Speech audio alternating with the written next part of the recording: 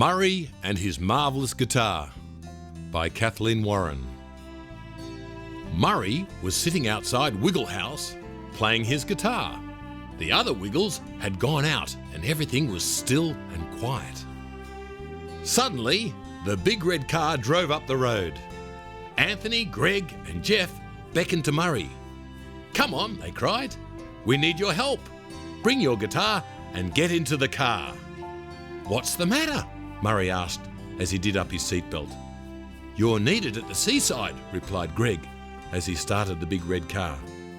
"We'll explain when we get there." When the four friends arrived at the seaside, they found Henry the Octopus waiting for them. "I'm glad you're here, Murray," said Henry in a worried tone. "We've got a problem, and I need you to help me solve it. You see, I was playing hide and seek under the sea with the little fish and the young octopi, and they hid inside a cave." "What's wrong with that?" asked Murray. "I'd have thought a cave was a good place to hide." "Usually it is," replied Henry. "but this cave has a narrow opening, and the little fish and the young octopi can't find their way out. They're swimming around in a terrible panic." "But how can I help?" asked Murray. "If it's such a small opening, I wouldn't fit through it either." "Of course not," replied Henry. "I can't get inside it myself, but I have an idea.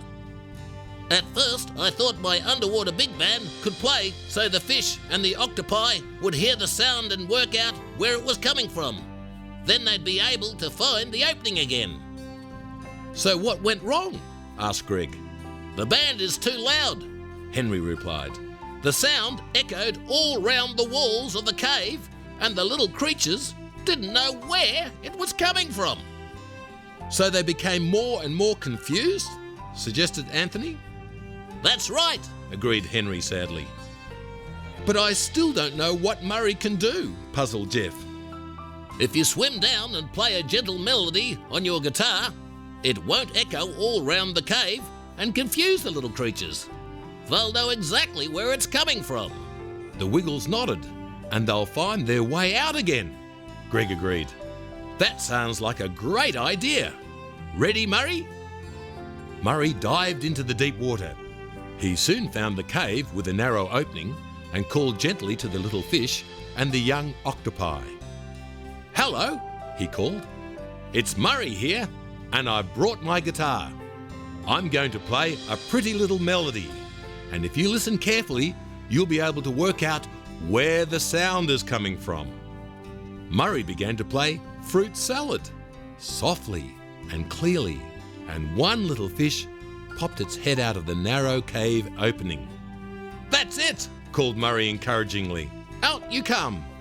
One by one, the little fish and the young octopi swam out of the cave. Henry, who had been hovering nearby, clapped his tentacles with enthusiasm. "Hooray for Murray and his marvellous guitar!" he cried. "It was your idea, Henry," Murray replied. "I only did what you told me to do." "Hooray for Henry and Murray!" called the little fish and the young octopi.